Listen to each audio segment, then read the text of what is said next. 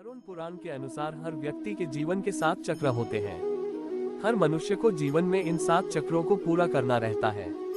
अगर कभी कोई मनुष्य इन 7 चक्रों को पूरा नहीं कर पाता है या फिर कह लीजिए कि वो अकाल मृत्यु को प्राप्त हो जाता है तो मरने के बाद भी उसे कष्टों से छुटकारा नहीं मिलता है। मनुष्य को मरने के बाद भी ढेर सारे कष्टों को झेलना पड़ता है।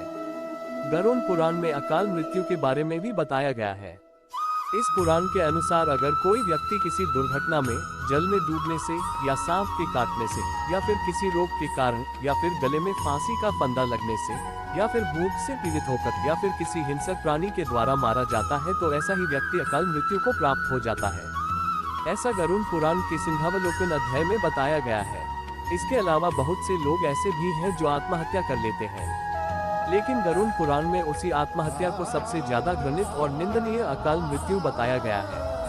ऐसा माना जाता है कि अगर कोई आत्महत्या करता है तो इसका मतलब ये होता है कि वही ईश्वर का अपमान करता है। वहीं जिन लोगों की मृत्यु प्राकृतिक रूप से होती है उन लोगों को 3 या फिर 10 या फिर 13 या फिर 40 दिनों के भीतर ही दूसरा शरीर प्राप्त हो जाता है। लेकिन जो लोग आत्महत्या करते हैं उन लोगों की जीवात्मा पृथ्वी लोक पर ही भटकती रहती है। ऐसा माना जाता है कि ये आत्मा तब तक पृथ्वी लोक पर भटकती है जब तक वह आत्मा प्रकृति के द्वारा जो उसका निर्धारित जीवन चक्र है उसको पूरा नहीं कर लेती है। इस अवस्था में जो जीवात्मा होती है उसे अगति कहा जाता है। ऐसे में न तो जीवात्मा को स्वर्ग लोक की प्राप्ति होती है और न ही नरक लोक की प्राप्ति होती है। जिन आत्मा की मृत्यु अकाल तौर पर होती है उन्हें सुख, भूख, प्यास, संभोग, क्रोध, दोष, वासना, राग आदि की पूर्ति के लिए अंधकार में ही भटकते रहना पड़ता है। ये आत्मा तब तक अंधकार में भटकती रहती है जब तक उस आत्मा का परमात्मा के द्वारा निर्धारित जो जीवन चक्र होता है वो पूरा नहीं हो पाता है। जब वो चक्र पूरा हो जाता है तो आत्मा को मुक्ति मिल जाती है।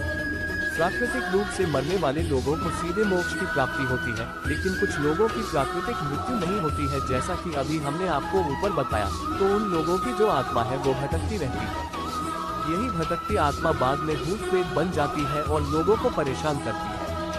भूत प्रेत जो शब्द है वो हमेशा अशरीरी अतृप्त आत्माओं के लिए ही उपयोग किया जाता है। इस स्थिति में होता क्या है कि मनुष्य का शरीर तो नष्ट हो जाता है लेकिन उसकी आत्मा का संसार से बंधन बंधा ही रहता है।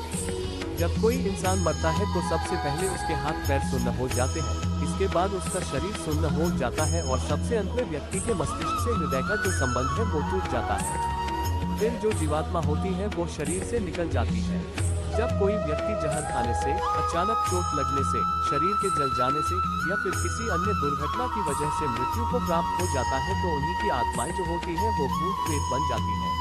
यही वो स्थिति होती है जिसमें व्यक्ति का शरीर तो नष्ट हो जाता है परंतु जो आत्मा होती है वो वहीं आसपास भटकती रहती है या फिर शरीर के किसी हिस्से के पास में ही रहती है। इसके साथ ही आत्मा की जो भी इच्छाएं होती हैं वो भी बनी रहती है, लेकिन जैसा कि हम जान ही चुके हैं कि आत्मा के पास शरीर तो होता नहीं है तो वो उन इच्छाओं को पूरा नहीं कर पाती है। ऐसे में ये आत्माएं अपनी इच्छाओं को पूरा करने के लिए अपने आसपास के व्यक्तियों को कष्ट देना शुरू कर देती है। ऐसा माना जाता है कि इन आत्मा के जो पितृ होते हैं वो इसलिए असंतुष्ट होते हैं क्योंकि उनकी मुक्ति के लिए कोई भी प्रयास लोगों के द्वारा नहीं किए जा रहे होते हैं और लोग अपना जीवन अच्छे से व्यतीत कर रहे होते हैं। यही कारण है कि अकाल मृत्यु हो जाने के बाद जो अतृप्त आत्मा होती है वो अपने कार्यों को पूरा करने के प्रयास में